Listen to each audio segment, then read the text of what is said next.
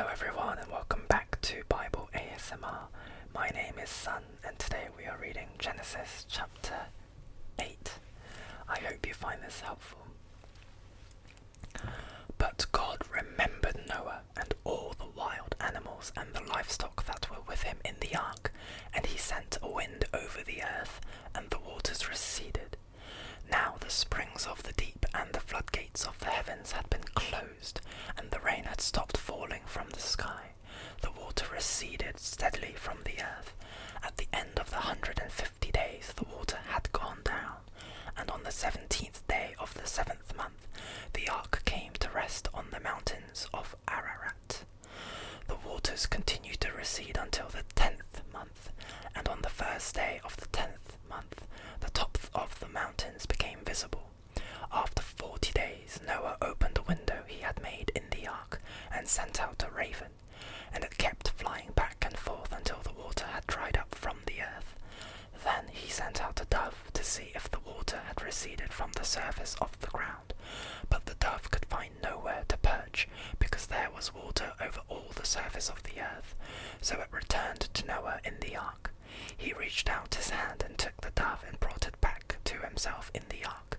He waited 7 more days and again sent out the dove from the ark. When the dove returned to him in the evening, there in its beak was a freshly plucked olive leaf. Then Noah knew that the water had receded from the earth. He waited 7 more days and sent the dove out again, but this time it did not return to him.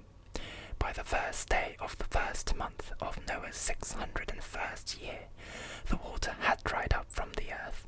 Noah then removed the covering from the ark and saw that the surface of the ground was dry. By the 27th day of the 2nd month, the earth was completely dry. Then God said to Noah, "Come out of the ark, you and your wife and your sons and their wives. Bring out every kind of living creature that is with you, the birds, the animals, and all the creatures that move along the ground, so they can multiply on the earth and be fruitful and increase in number on it." So Noah came out, together with his sons and his wife and his sons' wives.